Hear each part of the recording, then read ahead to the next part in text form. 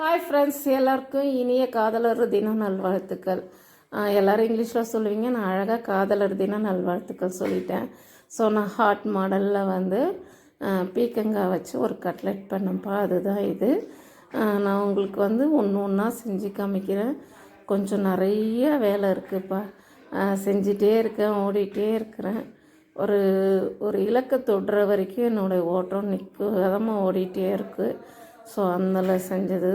அதே மாதிரி இன்றைக்கி வந்து தாமரைத்தண்டில் வந்து சூப்பராக ஒரு கட்லெட் போட்டேன்ப்பா. ஸோ அதுதான் உங்கள்கிட்ட நான் காமிச்சிட்ருக்கேன். இனிமேல் நான் ஒன்று செய்கிறதெல்லாம் காமிக்கிறேன். ஸோ இதோட ரெசிபிலாம் வந்து கொஞ்சம் போடுற சீக்கிரமாக.